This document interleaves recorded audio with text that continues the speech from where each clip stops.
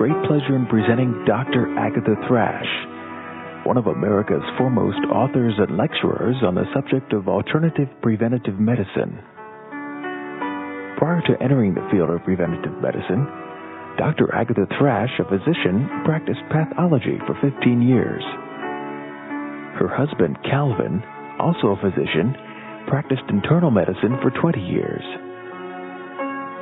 The Drs. Thrash co-founded Uchee Pines Institute, a medical missionary training center in Seal, Alabama, and have authored various books including Home Remedies, Nutrition for Vegetarians, Natural Remedies, The Animal Connection, Eat for Strength, a vegetarian cookbook, as well as their latest releases, More Natural Remedies, and Food Allergies Made Simple. Dr. Agatha Thrash has appeared on radio and television interviews and has lectured throughout the United States and Canada, as well as in Norway, Puerto Rico, Bermuda, and the Orient. And now Dr. Thrash, in another presentation designed to help you live a happier, healthier, and longer life.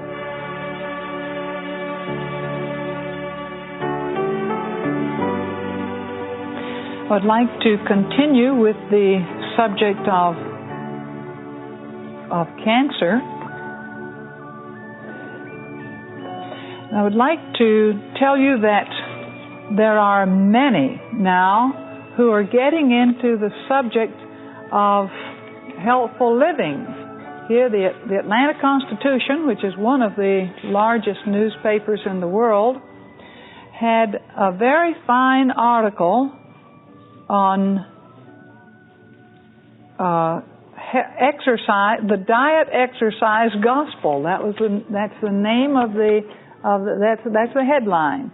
This was in the January 31st issue of 1985, and the Constitution reports on a man named James Mathis Sr., who is from Gainesville, Georgia.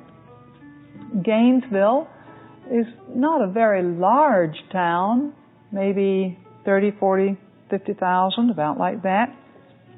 Gainesville has a banker there who every day has an exercise club and also gives out diet instruction. And the kind of thing that he talks about, why he would have been very welcome at this seminar. Listen to what he talks about. He was talking with the reporter was talking with one of the members of Mathis Club. It says, when he says to cut out all sugar, salt, white flour, red meat, and dairy products, most of the members do exactly as he prescribes. I think I'll go up and take some lessons from Mr. Mathis and find out how he gets patient compliance. That's one of the difficult things that physicians have, is how to get patient compliance.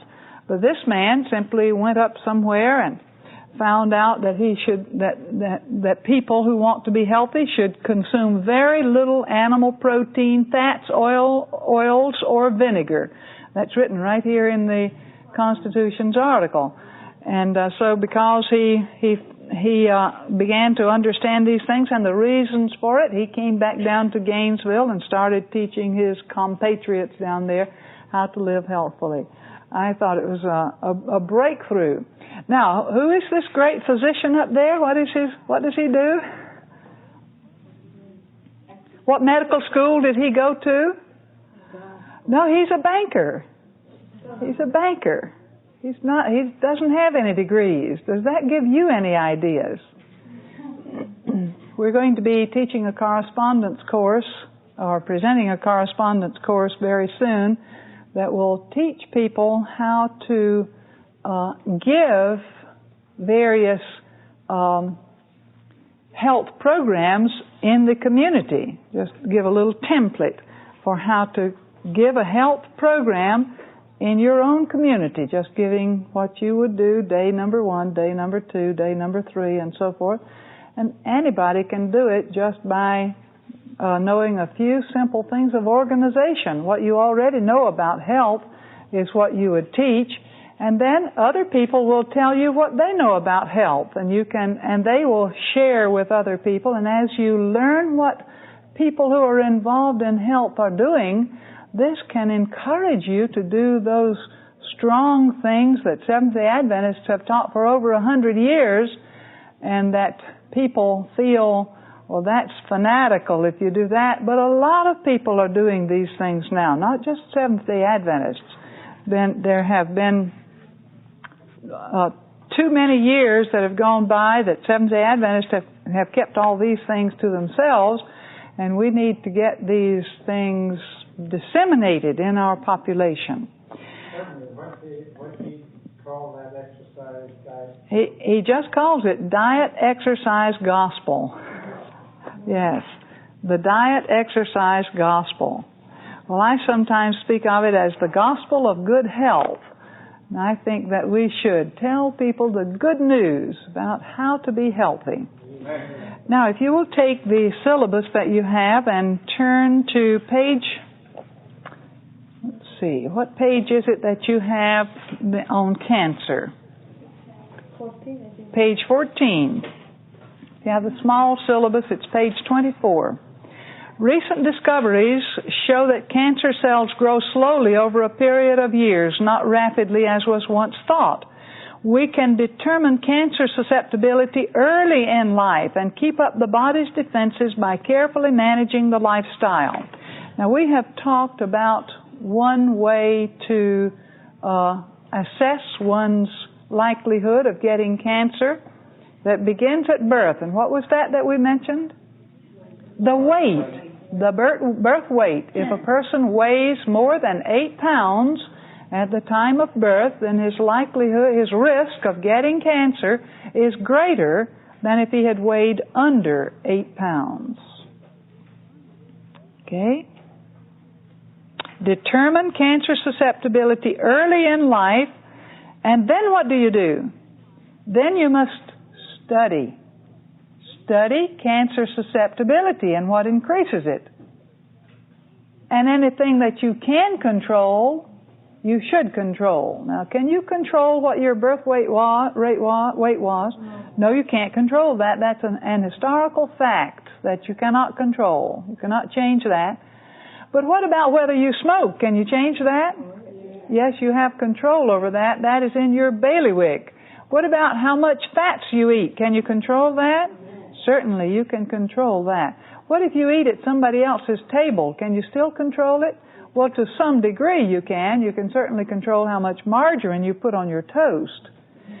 Now, what if you're served buttered toast? Can you control that? Yes, you should take a walk with a cook. And then you can learn to control that too. But now we have studied about various things that have to do with mental mechanisms and how they control our health. If you find yourself in a position where there is nothing that you can do about various things, let's say you are a paraplegic and you cannot exercise, then are you to withdraw into a shell and become neurotic or even psychotic over the fact that you cannot exercise and therefore you have an increased susceptibility to cancer because of being unable to exercise? No. There is another rule then that would pertain to you, and that is this: do not allow what you do not have and cannot acquire to keep you from enjoying and using that you do have and can acquire. Now that's a primary rule of life. Yes, do not allow what you do not have and cannot acquire to keep you from enjoying and using what you do have and can acquire.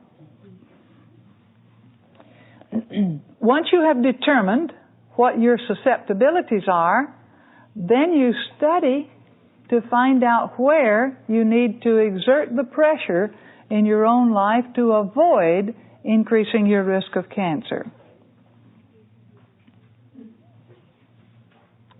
Cancer is the result of the simultaneous action of at least 3 factors: a virus, an injurious agent, and a native weakness. Animals may be the reservoir for cancer viruses. Animal products figure highly in cancer risks. Viral particles have been found in certain cancers and in milk and eggs. Cooking may not be adequate to make animal products safe, as even heat-killed viruses have caused cancer in hamsters. In countries where dairy industries are well developed, cancer rates are high. Where poultry industries are well developed, leukemia in children is high. There have been clusters of cancer cases associated with sick pets, as well as certain places. Implicated as cancer virus carriers are monkeys, chickens, cats, dogs, horses, and cattle. And every year, there are more being added to this list. Are animals safe these days? They're not safe these days. When I was a little girl, the horses were not safe then. My father gave me a horse when I was a little girl, less than 5 years old, and I had a horse until I left home. But my father always told me that horses were not safe and that I should learn safety practices in dealing with horses. And so by learning and practicing these principles of safety around horses, I never was hurt by a horse. My brother, who didn't practice always, was hurt one time by a horse, not very seriously.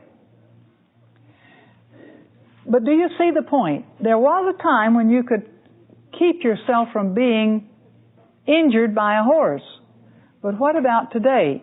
Today, if you're just around horses, they can make you sick, can even kill you, just by being around them, by being in the stable.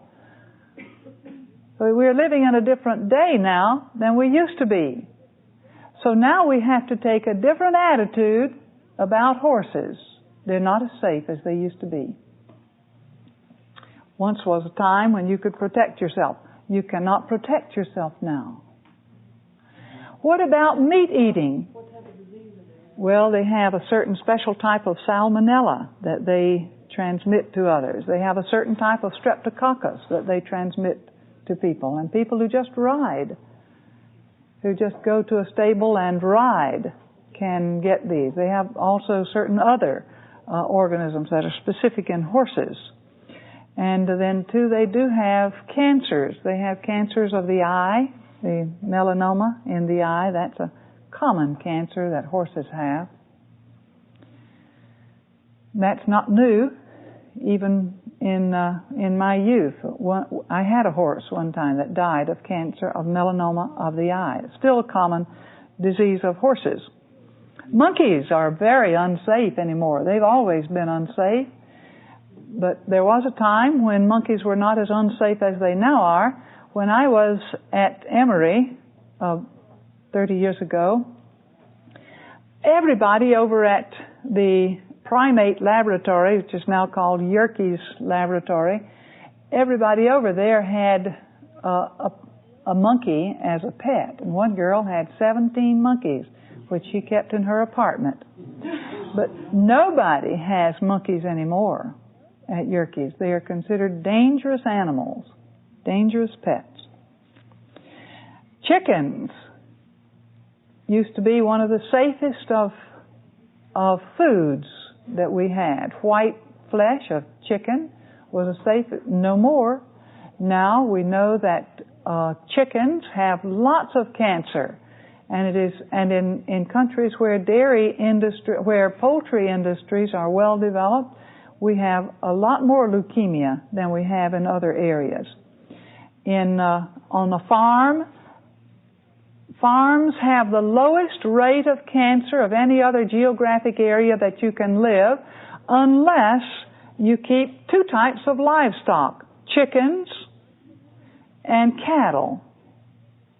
Chickens and cattle. And those are specifically egg-laying chickens and milk-producing cattle. They give you the highest rate of all. Those that don't produce eggs and that don't produce milk, they also increase your risk, but not as high as those that produce milk or produce eggs. Now let's go back to this statement that says cancer is the result of the simultaneous action of at least three factors. A virus, I believe that the reservoir for human cancer viruses is that of animals and animal products. And that does not exclude pets like cats and dogs. We know that especially little dogs, lap dogs, are associated with an increased incidence of cancer in those who have lap dogs, little dogs that live inside the house more. But even if you have an outside dog, you're still not scot-free. It is just that it is worse in a lap dog than it is in one that is out of doors. And of course, if you've lived in the house with a dog or a cat, you know that their dander and their hair is all over the place. You can't keep it off the stove or off the table. And I have a friend who has one cat only. And I sometimes spend a night or a weekend with her. If I happen to be in her town having a program or a speaking engagement, I will often stay at her house. One day, I always overlooked it until one day she was in an adjacent room answering the telephone while we were eating breakfast. And I just decided I would count the cat hairs on her dining table in a 1 square foot area. And I don't recall exactly how many, but it was something like 200 as I recall. Maybe that's just the exaggeration that I have because of the discomfort that I had, the intensity of my discomfort, but there were many, many cat hairs on her dining table. Yes, okay, question. At some point that all the animal creation will be diseased. Yes. And the Lord would let us know when that time has come. Yes.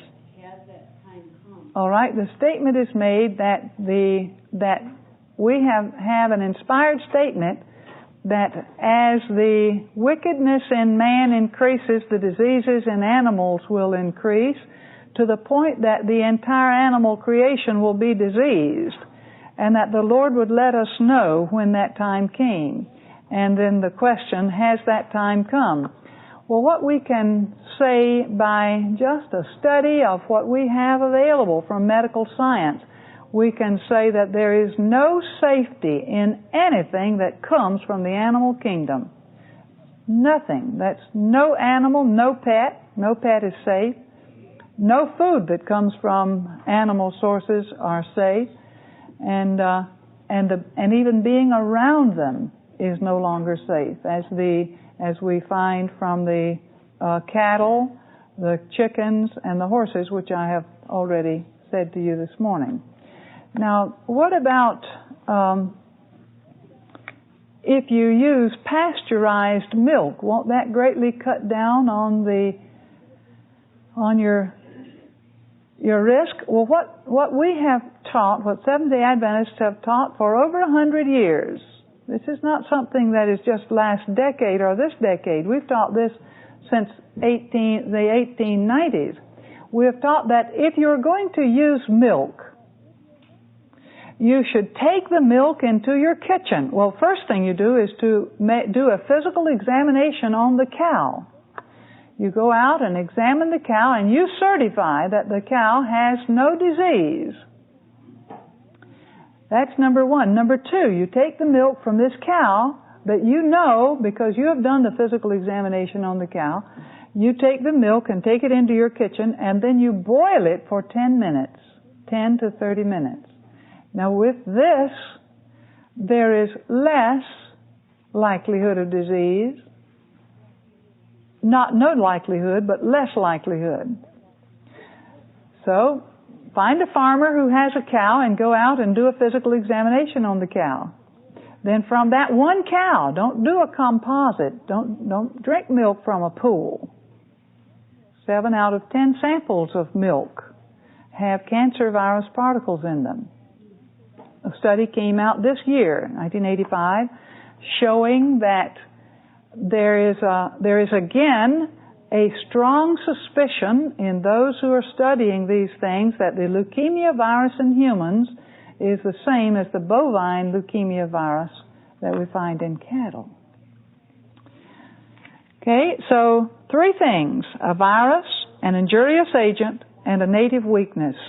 Now, the injurious agent can be anything that injures us. It can be sunshine, X-radiation, various chemicals like arsenic or antibiotics or a host of drugs, alcohol.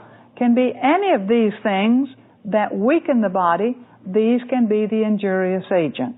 And then the native weakness is such a thing as that some people tend to come down with lung cancer and others don't.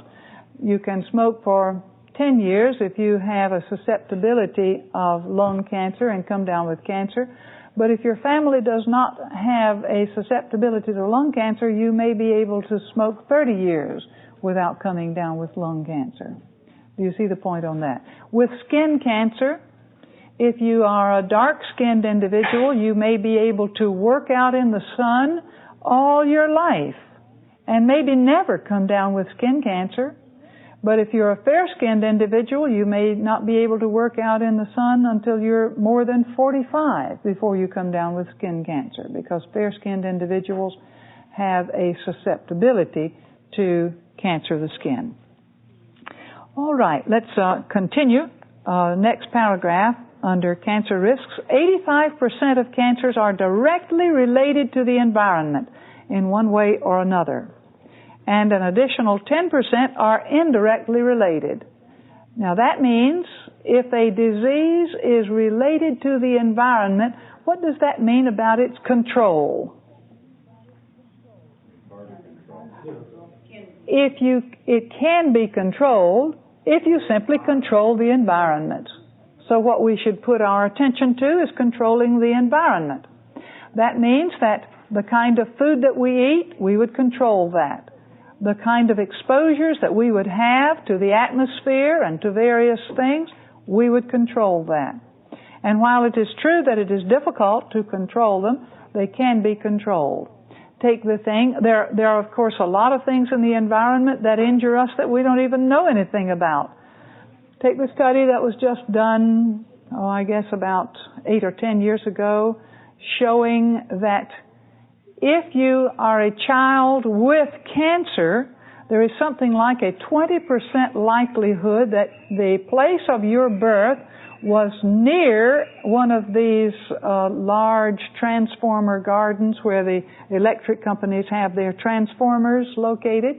20% likelihood. But if you are a child who has no cancer, then it's something like 0.2% likelihood that you would live near one of these large transformer gardens. Do you see? Well, nobody knew about that until rather recently. Another industrial exposure that we're only now learning increases your risk of cancer is that of being a projectionist in a movie projectionist. And a number of other persons who work around electronic devices. They increase their risk of cancer just by virtue of the fact that they work in an electrical field.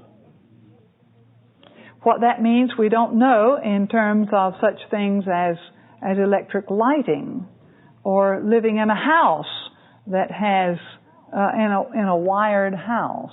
We simply don't know what that means. Would this include the electrolysis that's set up around the television set? Okay, the question is, what about the electrical field around a television set? If I'm not mistaken, there is a study in progress right now concerning that and its association with cancer, with some preliminary reports that there is an association. But we'll need to check on that. Within 10 feet of the television set. Within 10 feet? There's radiation There is radiation within 10 feet of color, not of color. How far is it with black and white? It's also with black and white, but it's farther, isn't it? No, I haven't read any studies on that, but I've read colors, studies about the color, the risk with color television. I meant closer to it. Question. What about fluorescent lighting? Fluorescent lighting, there have been some studies in that, but those are also incomplete, but preliminary reports do indicate that there is an increased relationship. What is that? Petrochemicals do have an association with cancer. What is that? Yes, benzene, polyvinyl chloride. Well, let's just take a look at some of these. On page 25, in the small one, you will see general cancer risks, all areas. Number 1 is high meat consumption. Now, the National Academy of Sciences, the Academy came out with its report in '82 showing that fats were also involved in that. Certain foods prepared with preservatives, such as BHT. Aflatoxins. Now, that is a toxin produced by moles. And I've always been interested in the thing that we read about in the Bible of the leprosy in a house. Have you ever wondered about that? The Jews were required to burn or cut or take down a house that had leprosy. Well, when you read the description of what the leprosy of the house was, it certainly sounds as if it is mold growing on the house. And if they could not get rid of the mold, they had to bring it down. We would be in trouble who live in the South with its moist, warm climate. We have to fight mold quite a great deal. Of course, you can successfully fight mold in your house, in bathrooms and around your kitchen sinks. What you need is a 50% solution of vinegar and just ordinary household bleach. The Army uses this, and they just go around the sinks and in the bathrooms once a week, and that's the end of their mold. Of course, it's a rather vile-smelling solution, but it only lasts a short time, and you don't have to put a great quantity on to keep the mold down. Vinegar and household bleach. Would that be apple cider vinegar, or would that be any kind. You can use any kind of vinegar. It's the acetic acid that makes and all vinegar has acetic acid as its base product. Household bleach, just 50%, so it's half and half. Right. Notice that aflatoxin, item number 3, is in soy sauce. Aflatoxin can be in peanut butter, too. The government will allow a certain percentage of aflatoxin in peanut butter, but organizations like Tom Houston's Peanuts maintain a lab all their own just to test for aflatoxin. Number 4 is amines in cheese, meat, and unrefrigerated foods. And right here, I would like for us to study cheese. So if you'll turn, please, to the section on cheese in the small syllabus.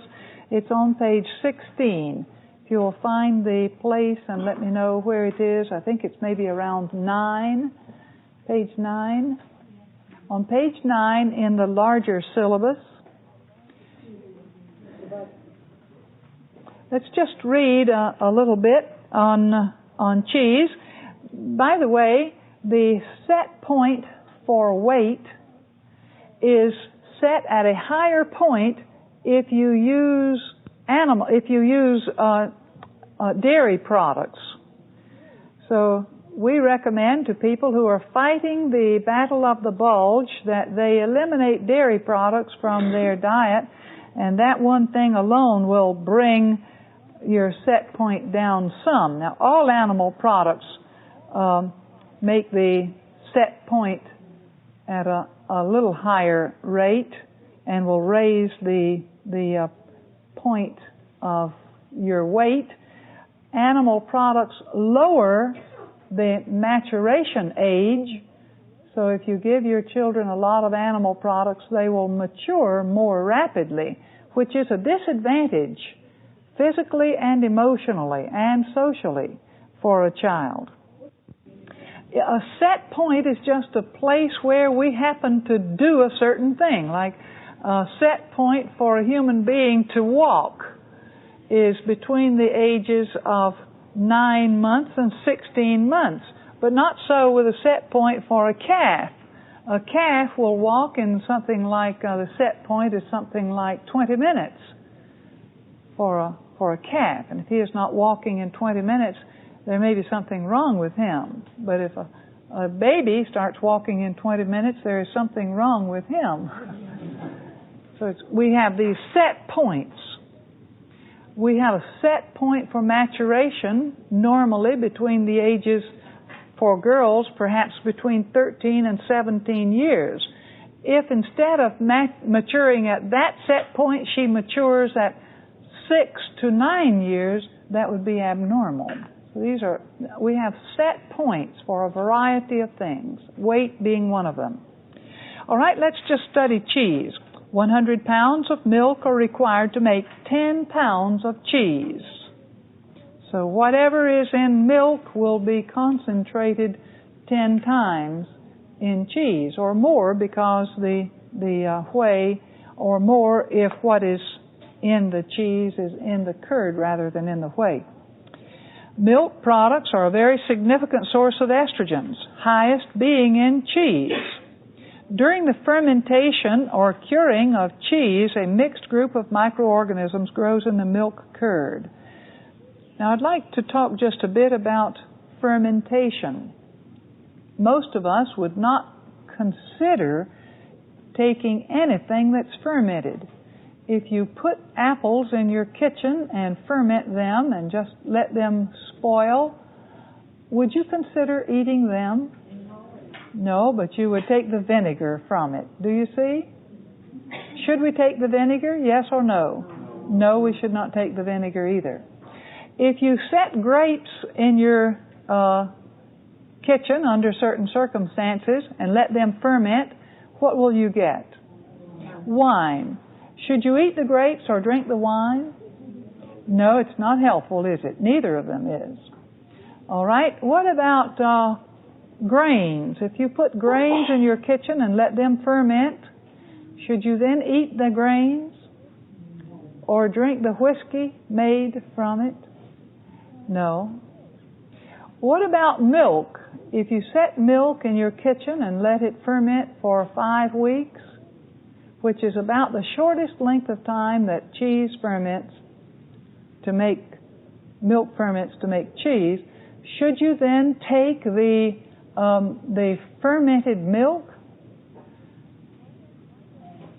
Why do I not get 50 no's on that also? Do you see that our permissiveness is what makes us think more favorably about fermented milk than fermented grapes? I feel just as charitable toward wine as I do toward cheese, or toward cheese as I do toward wine.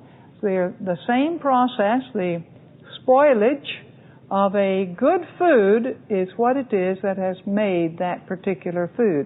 And I say that there should be nothing that enters the human mouth except those things that are the purest and freshest, with no taint of spoilage about it.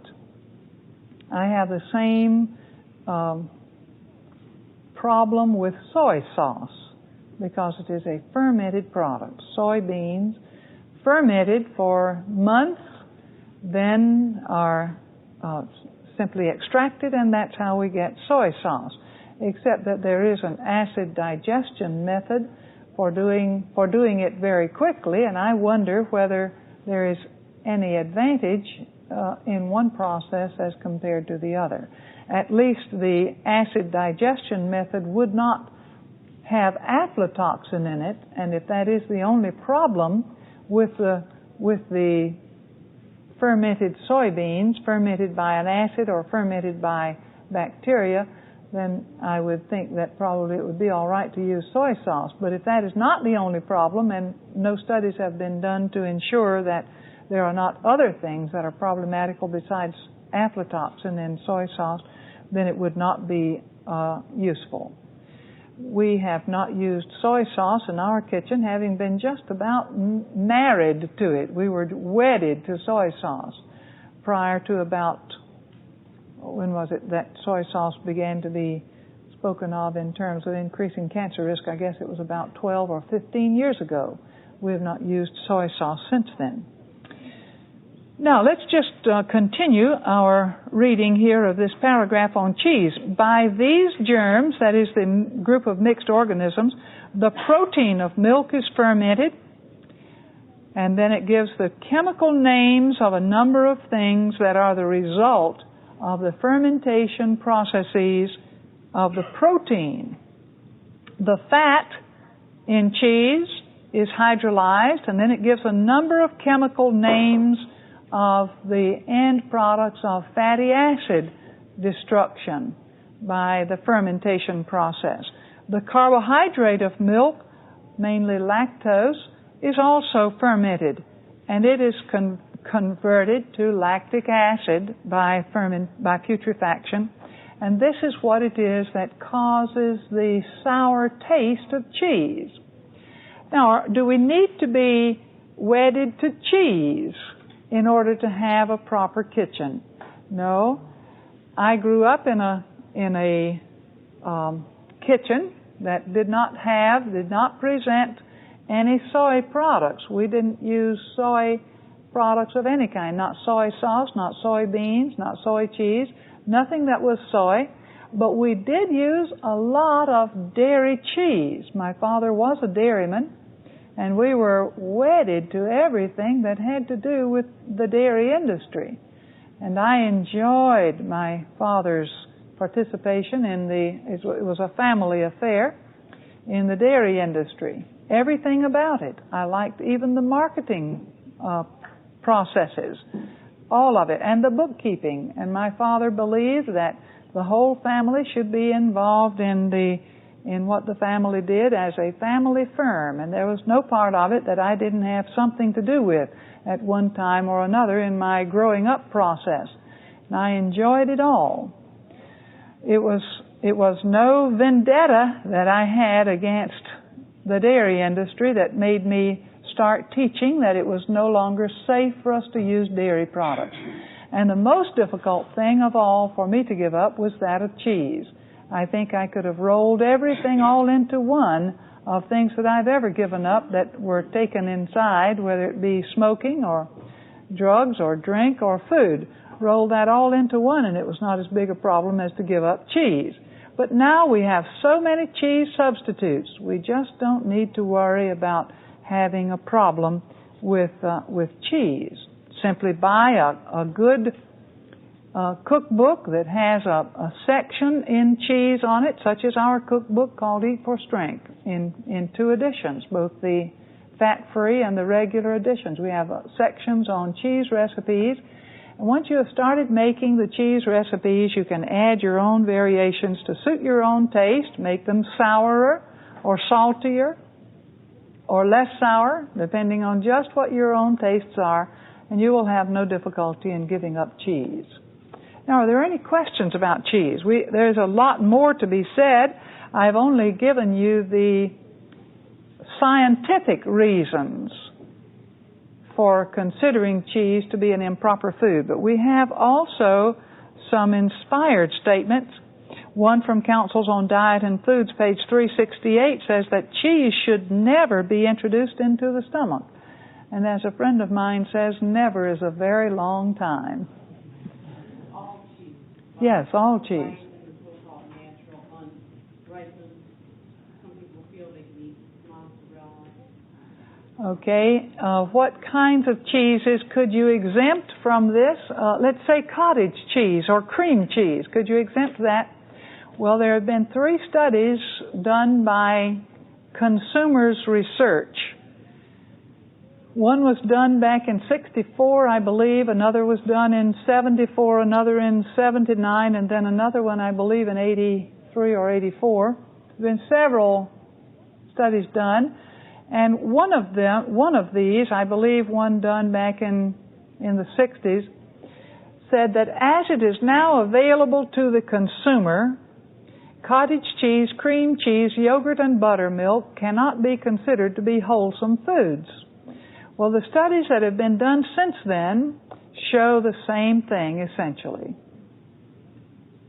So I think our conclusions should be the same that they reached in the early days of studying these. The problems are essentially the same. You would put soy cheese in that Soy cheese. category of soy. Soy cheese is, you can make that in a way that it is helpful, but you should remember that as it is commercially available, it is a refined food. So we should not depend largely on soy cheese as that's tofu. But you can find in our cookbook ways of making soy cheese or tofu from the whole bean. In that case, it would be a more nutritious product. Other questions about cheese? Yes? You were telling us about the brain, how in the ingestion of alcohol, it Yes. never functions the same again. Yes. And unlike the nut cheese should never be introduced into the human system. Yes. The same principle applies. All right. The question is, we studied earlier in this seminar that once one takes an alcoholic drink, pharmacologists say that the brain is never the same again, and it may be this thing that alters the way that the human being relates to drink, so that he may become an alcoholic. Whether this works with cheese, I simply don't know. So far as I know, there have been no opinions offered by those who are experts in either neurophysiology or pharmacology. I don't know the answer to that one. Well, while we're on that subject of neurons, there's been some studies, and it's been out for about 20 years on octocostinol. It's a derivative of the wheat germ oil. Would you say the name of that? Octocostinol. Yeah. It's a small derivative. I can give you the laboratory that find it. And where does that come from? It comes from, and in order to get a small amount of it, I think you have to use about a bushel of wheat. I see. So it's just a few drops. It's a fermented. It's a product of fermentation. No, it's not. It's a product then of distillation or extraction. Particular oil. And I'm unfamiliar with They that. use it a lot for energy, sports. I see. Energy, but there's some studies out that says it's good they're not sure whether it's good to develop new neurons or it strengthens your neuron cells that are damaged. All right. If this substance comes from wheat, and if it is good to develop neurons or to heal neurons, let us eat wheat, not this purified substance, because there is no substance known to man that is a nutrient for us, but is very toxic, or that is toxic in overdose. And usually the smaller quantity that it occurs in nature, the greater the injury done to us if we take it, if we should get an overdose. So eat wheat. What is it that makes the cottage or cream cheese? All right, what is it that makes cottage cheese, cream cheese, yogurt, and buttermilk unwholesome? Two things that I recall. There may have been some other things. One had to do with the growth of molds, and the second had to do with the growth of bacteria. Let's say with the growth of molds that the Public Health Department would allow 10 molds per cubic centimeter of the product and would still call it wholesome.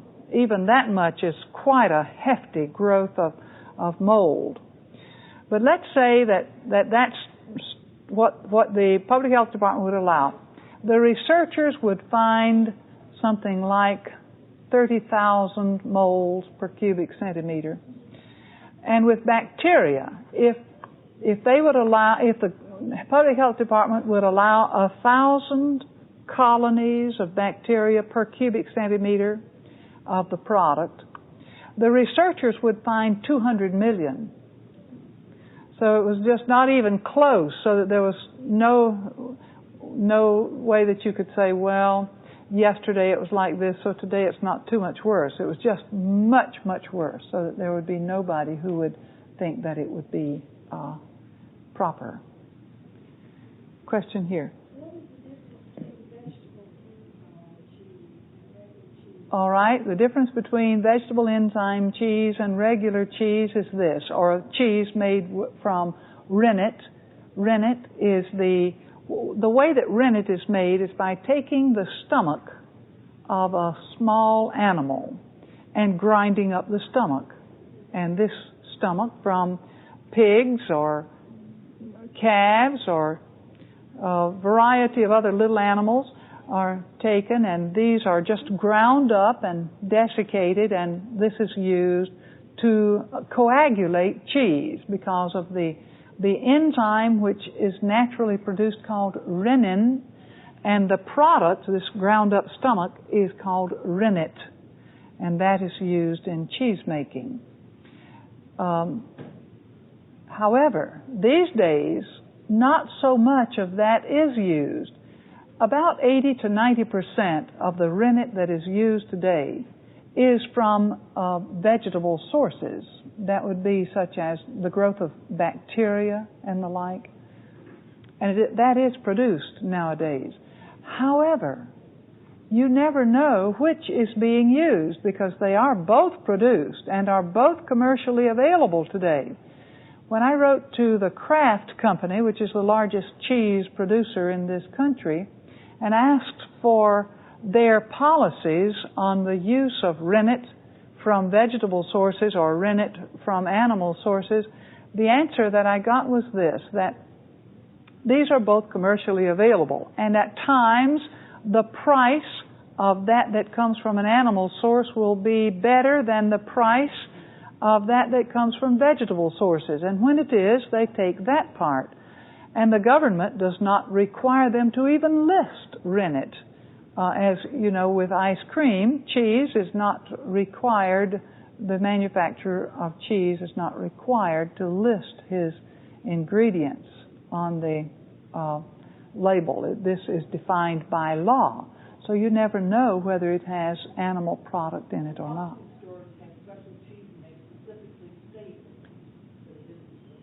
Yes, you can get cheese that does specifically state that it is from a vegetable source, but just the ordinary cheese.